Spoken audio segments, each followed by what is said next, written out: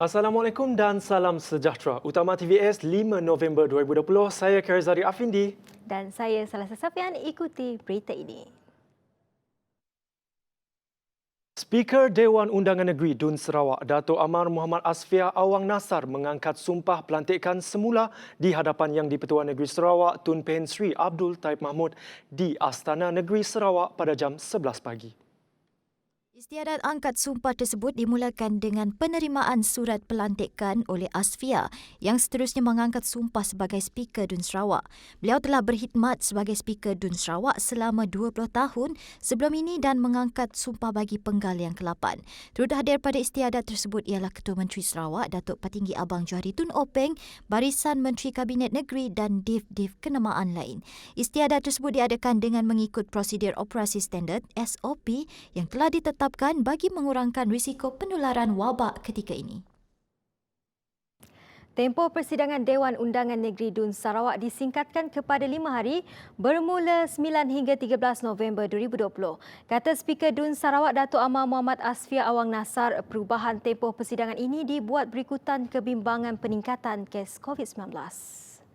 The Dun building is disinfected and sanitized on 8th November, a day before the sitting, and on 14th, a day after the sitting. There will be transparent barriers among and in between the honourable members. Berikutan pengurangan tempoh persidangan Dun kali ini, tiada jawapan balas kementerian di mana Ketua Menteri akan membuat penggulungan bagi semua kementerian. By reducing from 8 to 5 days, what are the things that miss out? Exactly. The things that miss out are the ministerial replies, usually followed by Saturday, Sunday, and 3 days of ministerial reply. This will be done by the Chief Minister himself. He will wind up. He also represents all the ministries. He will, after all, he's the Chief Minister. he will wind up on behalf of all the ministries. One go.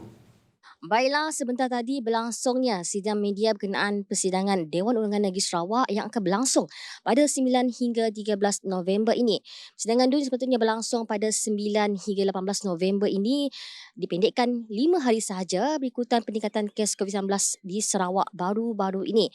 Sebelum persidangan bermula, kesemua ahli-ahli kabinet dan petugas yang memasuki Dewan Persidangan diwajibkan untuk menjalani saringan swab pada 6 dan 7 November ini. Selain itu, dimaklumkan juga Ketua Menteri Datuk Patinggi Abang Johari Tun Openg akan membentangkan bajet negeri 2021 pada 9 November manakala perbahasan untuk bajet tersebut akan diadakan pada 11 November ini.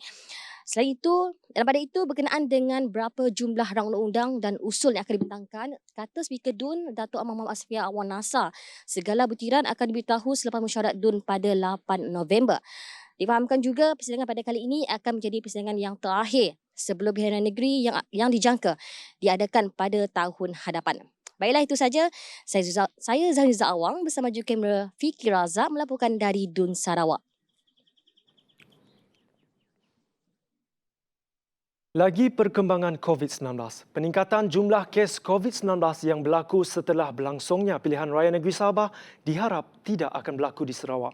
Demikian tegas Menteri Kebajikan Kesejahteraan Komuniti Wanita dan Pembangunan Kanak-kanak, Datuk Sri Fatimah Abdullah. Kata Fatimah yang juga adun dalat, walaupun berhadapan dengan situasi yang sukar, namun segala prosedur operasi standard SOP yang ditetapkan harus dipatuhi bagi memutuskan penularan COVID-19.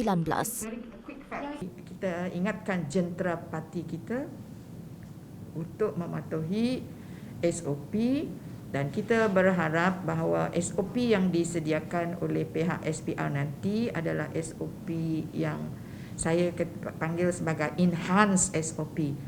Belajar daripada apa yang berlaku di Sabah supaya kita tidak supaya apa yang berlaku di Sabah tidak berlaku masa pilihan raya di Sarawak. Yang kita nak pastikan bahawa COVID-19 ini dapat kita putuskan. Ini sangat penting dalam norma baru nanti dan persiapan kita bantu pengundi-pengundi dari segi jangan terlalu ramai. Misalnya kalau keluar mengundi, kita nasihatkan jarak. Beliau berkata demikian pada majlis khas media bersama Menteri Kebajikan Kesejahteraan Komuniti, Wanita dan Pembangunan Kanak-kanak. Dalam pada itu, Fatimah memuji Sarawak atas pematuhan kepada SOP yang tinggi. Kalau kita lihat di Haji Baki misalnya yang mana kita jalankan PKPD sekarang ni walaupun tiada barbed wire di situ mereka akur bahawa mereka tidak boleh keluar dan orang luar tidak boleh masuk. Dan kalau perlu misalnya gas habis, dah tong gas habis di rumah tapi mereka perlu tong gas nak masak, jadi ikut norma baru harga gas itu berapa setong? 18 berapa setong gasnya? 30 kah? Sebab saya beli tong gas. Jadi saya dimaklumkan duit itu diikat dalam plastik, ikat dengan pada tong gas dan letak di situ, dan orang hantar tong gas baru letak di situ, ambil duit dan ambil tong gas yang kosong. Pada majlis berkenaan, Fatimah turut berkesempatan melancarkan buku panduan kanser. Buku panduan tersebut ditulis dalam 3 bahasa iaitu Inggeris, Mandarin dan Bahasa Melayu. Selain menerangkan tahap penjalanan dan strategi bagi membantu pesakit-pesakit mengatasi dan melawan kanser, buku tersebut juga bertujuan membantu meningkatkan kesedaran masyarakat untuk peka akan perkara ini. Dijual pada harga RM15 untuk sebuah buku, pihak Society for Cancer Advocacy and Awareness Kuching SCAN berharap usaha ini akan berterusan bagi membantu pesakit dan keluarga pesakit kanser.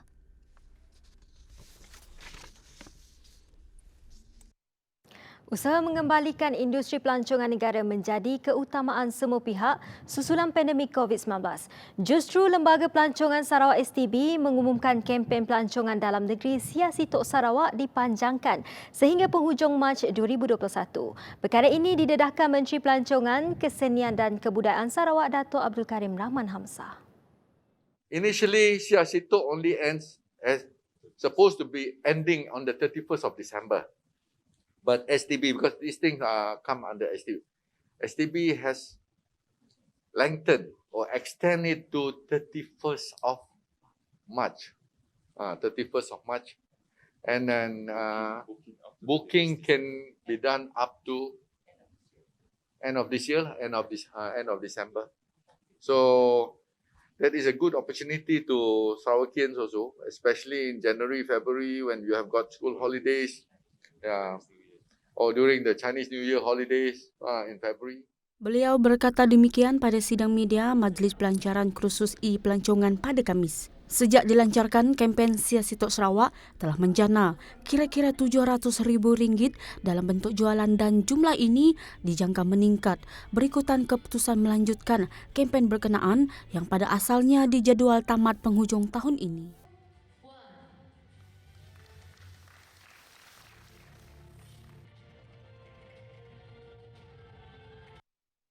Bertemu kembali. Ini perkembangan COVID-19 Sarawak. Sarawak melaporkan 6 kes baru positif COVID-19 pada Khamis. Ini menjadikan jumlah keseluruhan kes positif COVID-19 meningkat kepada 942 kes. Ke-6 kes tersebut adalah daripada daerah Kuching. Bagaimanapun, tiada kluster baru yang dilaporkan. Jumlah kluster yang masih aktif kekal 6, kluster Green Hill, kluster Wisma Sabekas, kluster Bah Arnab, kluster Baki, kluster Seladah dan kluster Putra. Kuching kekal berstatus merah dengan jumlah keseluruhan seramai 122 kes jangkitan tempatan dilaporkan dalam tempoh 14 hari yang lepas. Daerah Miri, Lundu dan Limbang pula kekal berstatus kuning. Ini menjadikan jumlah daerah yang berstatus merah ialah 1, 3 berstatus kuning dan 36 yang lain kekal berada dalam status hijau. Total lockdown atau sekat keluar masuk secara menyeluruh tidak perlu dilaksanakan pada masa ini. Namun masih boleh dipertimbangkan bagi menangani penularan pandemik COVID-19. Demikian pendedahan Menteri di Jabatan Perdana Menteri, Tugas-Tugas Khas Datuk Seri Muhammad Rizwan Muhammad Yusof. Katanya Malaysia kini dalam peringkat pemulihan dan melaksanakan langkah dasar keluar menerusi Perintah Kawalan Pergerakan Pemulihan PKPP secara berhati-hati dengan pembukaan berperingkat hampir ke semua sektor ekonomi dan sosial berpandukan prosedur operasi standard SOP. Mekanisme pengurusan krisis negara yang telah dilaksanakan ini telah berjaya mengawal penularan wabak COVID-19 dan mengelakkan fasiliti kesihatan seperti hospital dan klinik terbeban dengan jumlah kes yang terlalu tinggi. Beliau menjawab soalan Ahli Parlimen Araf Datuk Seri Dr. Syahidan Kasim berhubung mengapakah kerajaan sehingga kini tidak melaksanakan sekat keluar masuk memandangkan berlakunya peningkatan kes COVID-19. Muhammad Razwan berkata sekiranya sekat keluar masuk secara menyeluruh dibuat, ia akan memberi kesan negatif termasuk terhadap kesihatan mental dan ekonomi. Kerajaan mahu membuat kawalan yang seimbang melalui kaedah pencegahan yang terbaik, iaitu dengan membudayakan dan mengamalkan norma baru kehidupan seperti penjarakan sosial dan pematuhan kepada kawalan kebersihan seperti kerap membasuh tangan dan menjaga kesihatan diri sendiri. Kerajaan Persekutuan komited meneruskan pelaksanaan 15 pakej kerja bagi projek lebuh raya PIM Borneo Sabah secara konvensional. Ini melibatkan kos keseluruhan RM10.12 bilion susulan penamatan perjanjian rakan pelaksana projek PDP sebelum ini. Menteri Kerja Raya Datuk Seri Fadilah Yusof berkata kos itu akan dibiayai sepenuhnya Kerajaan Persekutuan menggunakan peruntukan perbelanjaan pembangunan. Oleh itu, bagi memastikan pelaksanaan telah lebih efisien, maka tadbir urus bagi pelaksanaan projek lebuh raya PIM Borneo Sabah akan diteruskan seperti mana yang diputuskan oleh Kerajaan Persekutuan melalui mesyuarat Jemaah Menteri. Kerajaan Persekutuan juga telah memutuskan Kementerian Kerja Raya selaku pemilik projek dan JKR Sabah selaku pegawai penguasa ataupun superintending officer untuk memastikan kelancaran pelaksanaan projek dari segi pengoperasian. Beliau menjawab soalan Ahli Parlimen Kinabatangan Datuk Seri Bung Mokhtaruddin yang ingin tahu sekiranya Kerajaan Persekutuan berhasrat menurunkan kuasa kepada Kementerian Pembangunan Industri Sabah untuk menguruskan sendiri pelaksanaan projek lebuh raya PIM Borneo di Sabah. Fadilah berkata bagi memastikan kesinambungan dan pelaksanaan projek, tindakan susulan berterusan sedang dilaksanakan bagi menambah baik kaedah pelaksanaan yang telah diputuskan sebelum ini. Bertemu kembali. Pesawat Hyperspectral Unit Pengesanan Udara Sarawak SADU bakal perkuat jentera Jabatan Hutan Sarawak JHS untuk tangani isu pencerobohan dan pembalakan haram. Dengan keupayaan sistem pemantauan berdensiti tinggi, ia diyakini mampu mengesan aktiviti lanun balak sekaligus menyelamatkan kawasan hutan yang dicerobohi. Pada awalnya, SADU dikenali sebagai unit pembangunan dan sistem aplikasi yang ditubuhkan pada 2008 di mana peranan utamanya adalah untuk membangunkan aplikasi berasaskan teknologi hyperspectral serta geospatial untuk kegunaan pendidikan di JHS. Dengan mengambil kira peranan dan tugasan yang semakin besar dibantu dengan pesawat ringan DA-42 MPP, SADU telah dijenamakan semula dan dikenali sebagai Sarawak Aerial Detection Unit yang diketuai Dr. Afendi Suhaili. Malah ia diperkuatkan lagi dengan barisan pasukan kerja teknikal khas yang memberikan perkhidmatan data geospatial udara berasaskan teknologi hyperspectral untuk pemantauan dan pengurusan sumber asli negara. This customized system, dia improve our efficiency, our capacity. Kalau dulu kita cuma dapat memantau satu kawasan yang kecil, but with this system is double or triple the capacity we have currently. With what we have at the moment, nampak dah dia punya keberkesanan. The illegal logging based on the 2 years data that we have has been reduced to half. So, with the coming of this system in operation, we expect it by early of next year. So, we will have more efficient operations. We're going to expect it to produce more for the country, not only for the state. Sistem udara ini mempunyai dua peranan iaitu sebagai elemen risikan dan pemantau yang memberikan kelebihan disebabkan ketahanannya. Malah ia boleh terbang senyap selama 7 jam tanpa henti yang ternyata lebih efisien untuk kerja-kerja pemantauan dan pengesanan aktiviti kilang dan pembalakan pada waktu malam selain menggagalkan usaha menyembunyikan kayu curi oleh pembalak haram. Katanya teknologi tersebut membolehkan pencerapan imej dapat dilakukan dalam julat yang lebih panjang dan pelbagai dimensi termasuk secara gelombang nyata dan inframerah. Manakala data pemantauan disalurkan terus ke unit operasi bergerak MOU yang kemudian akan mengaktifkan pasukan penguatkuasaan untuk melakukan pemantauan dan pengesahan. Menurut Pemelihara Hutan Meliza Muhammad Rizan, Jabatan Hutan Sarawak memainkan peranan penting dalam penguatkuasaan selain memastikan pusat kawalannya bergerak ke seluruh Sarawak. Jadi MOU ni adalah menjadi pusat kawalan di mana pusat MOU ni menyampaikan deliver information kepada pegawai di lapangan. So, maklumat-maklumat yang dibekalkan di dalam MOU ni adalah maklumat yang telah diproses dan dianalisa di Operation and Command Center kami yang terletak di Ibu Pejabat Hutan Kuching. Setiap data yang diperoleh akan dianalisa seterusnya disalurkan kepada pasukan khas yang bertanggungjawab melaksanakan penguatkuasaan di lapangan iaitu Pasukan Gerak Khas di bawah State Task Force on Illegal Lodging STFIL. Adalah data yang kita perolehi daripada satellite based monitoring. Okey, di sini jelas sekali menunjukkan berlakunya penerbangan di kawasan ini ataupun pembalakan. Okay, ini adalah gambar yang kita dah proses, data satellite image yang kita dah proses dan kita akan add point-kan dekat sini. Okey, selain itu kita akan check dari GIS system, kita nak check dari segi pelesenan PFE untuk geospatial analysis. Okey. Dari segi documentation, kita nak cek dari segi PEC. PEC adalah Permit Interco. Kita nak tengok sama ada poin ni masuk ke dalam lesen ke ataupun yang di luar lesen. Okey, after kita dah identify data-data tu, kita akan menghantar semua data-data tu ke Aerial Surveillance Red Team untuk di-verify. Untuk screen tu, apa yang Puan Nurhalidah nyatakan sebentar tadi lah, yang poin yang kita telah kenal pasti melalui satellite image tadi, ni lah sebanyak ni lah selalunya poin yang kita kena monitor. So poin ini yang akan disalurkan kepada Red Team untuk proses terusnya pengesahan. So kadang-kadang tak semua yang berlaku pembalakan haram lah, kadang-kadang ada kebakaran terbuka, kadang-kadang clearing untuk farming macam tu lah. So pada masa yang sama, pasukan Red Team ini akan memberi output kepada pihak kami di MOU ini. So kita akan kemaskini semua data tersebut. Kita akan kemaskini dalam mobile apps ini dan juga map yang di sini lah.